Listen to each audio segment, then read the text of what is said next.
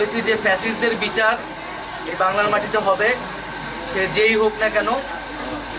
আমরা আইন শৃঙ্খলার পরিবেশ ধীরে ধীরে কিন্তু ফিরে আসছে এবং সেনাবাহিনীকে ম্যাজিস্ট্রেসি ক্ষমতা দেওয়া হয়েছে যাতে এই কার্যক্রমগুলো দ্রুত হয়।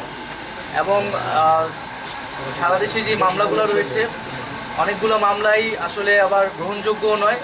আমরা সেক্ষেত্রে আহ্বান জানিয়েছি যে সুনির্দিষ্ট অভিযোগের ভিত্তিতে যাতে মামলাগুলো করা হয় এবং সেই মামলার ভিত্তিতে যাতে পুলিশ এবং প্রশাসন দ্রুত ব্যবস্থা নেয় এবং তাদেরকে গ্রেফতার করা হয়।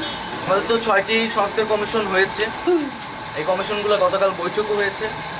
অক্টোবর মাস থেকেই এইটার কার্যক্রম শুরু হবে এবং পাশাপাশি আরও কিছু যেমন শিক্ষা এবং গণমাধ্যম সহ আরও কিছু সংস্কার কমিশনের পরিকল্পনা রয়েছে।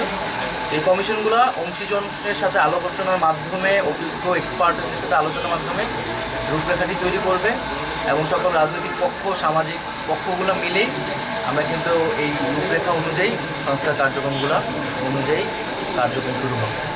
এই আসলে তাড়াতাড়ি আসলে এত বড় একটা দুর্যোগ আমাদের দেশে আসছে, কিন্তু আমরা দেখছি যে এই দুর্যোগে আসলে বাংলাদেশের মানুষ যেইভাবে জনগণের পক্ষ থেকে সহযোগিতা করেছে এবং সবাই, ছাত্ররাও সহ সবাই এই বন্যার জন্য একত্রে কাঁধে কাঁধ মিলিয়ে পুলিশ প্রশাসনের সাথে মিলে কাজ করেছে, সেটা অভূতপূর্ব এবং এই ধারা অব্যাহত থাকবে। আমরা আজকে এখানে আসছি মূলত পুনর্বাসন, এখন মোটামুটি আমাদের পুনর্বাসন কার্যক্রমের দিকে আমরা যাচ্ছি।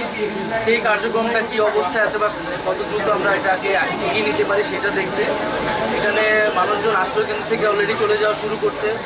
পানি কমতেছে, লক্ষ্মীপুর জেলায় যতটুকু শুনলাম একটু দেরিতে কমতেছে, কারণ এখানে খালগুলো দখল হয়ে গেছে। সেই খালগুলো যদি খনন করা যায় তাহলে দীর্ঘমেয়াদী এটা একটা সুরাহা হবে, সেই বিষয়ে আমরা দেখব।